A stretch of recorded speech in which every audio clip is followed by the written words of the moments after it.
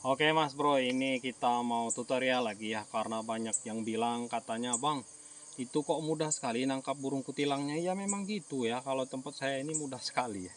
Ini kita lihat nih, pakai jurus caplok. Kalau ada semak-semak seperti ini tinggal kita caplok aja ya, kayak gini. Dapat. Kan mudah ya, kita caplok pakai tangan kanan. Dapat dua, gampang banget ya.